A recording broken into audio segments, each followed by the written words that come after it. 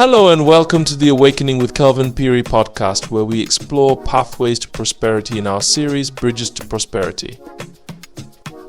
I'm your host, Kelvin Peary, and today we're delving into the current economic state of the United Kingdom and the United States and discussing what African countries can learn from these Western economies. Recently, the UK has been in the spotlight with the new Labour Party government taking charge amidst what has been described as the worst economic plight since World War II. Prime Minister Keir Starmer, along with the country's first female Chancellor of the Exchequer, Rachel Reeves, is aiming to revitalise the economy by adopting strategies similar to Bidenomics.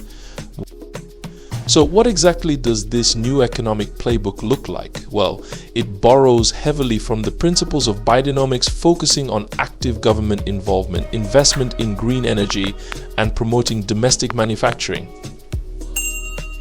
But unlike the US, which has the luxury of the dollar being the global reserve currency, the UK faces stringent budgetary constraints, with public debt set to reach 95% of GDP by 2026. Labour has committed to reducing debt without significantly increasing taxes. Let's take a closer look at the challenges and strategies in play. Firstly, the UK has been grappling with weak productivity growth.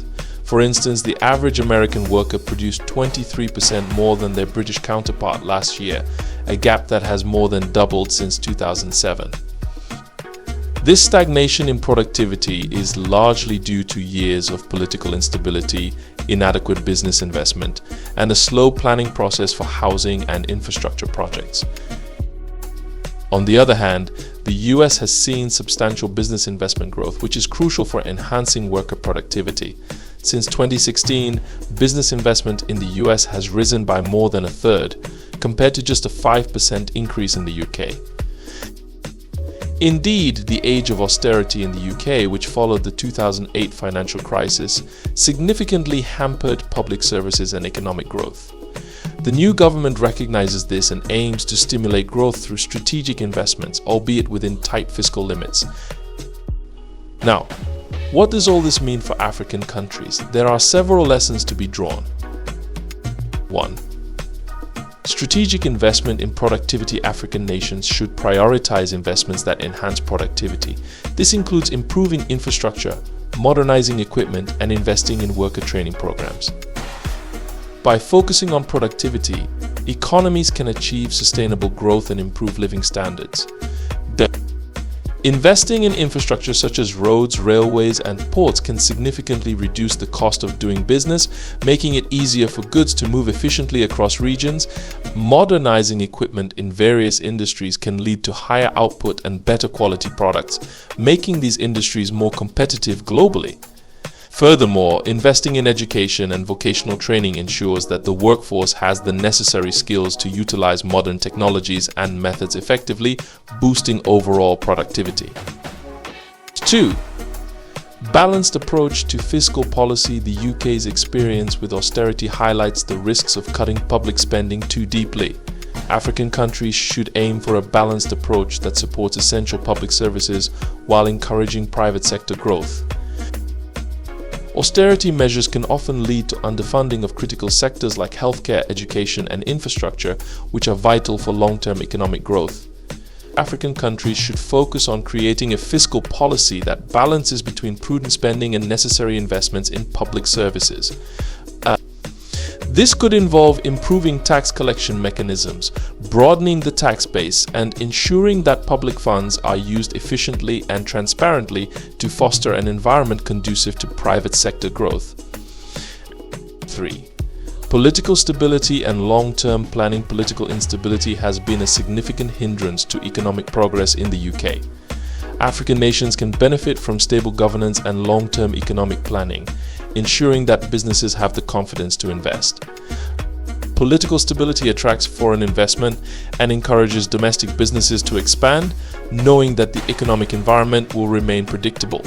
Long-term economic planning involves setting clear, achievable goals and creating policies that support sustainable development. African governments should work towards building institutions that promote the rule of law, reduce corruption, and ensure that economic policies are consistently implemented over time, regardless of changes in political leadership. 4.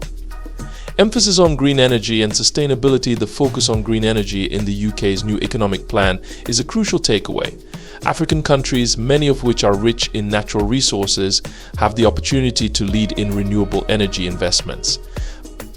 This not only addresses environmental concerns but also creates jobs and drives economic growth.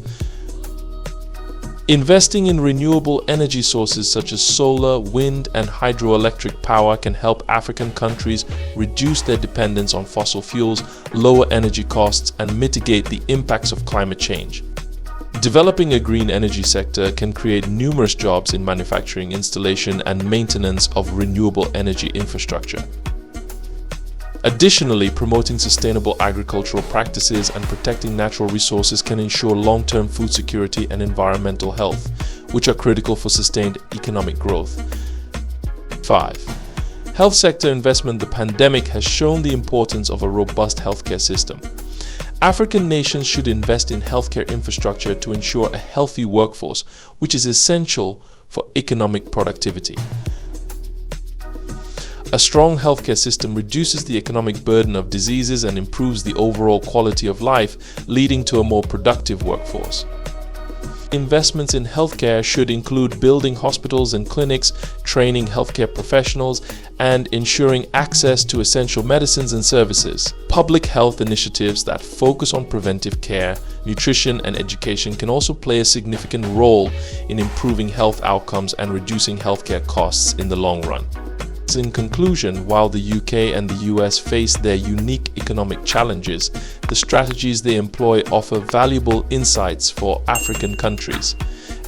By focusing on productivity, maintaining a balanced fiscal policy, ensuring political stability, investing in green energy, and strengthening healthcare systems, African nations can pave the way for sustained economic growth and improved living standards. Thank you for tuning into this episode of the Awakening with Kelvin Peary podcast. Stay informed and stay engaged. Until next time, I'm Kelvin Peary signing off.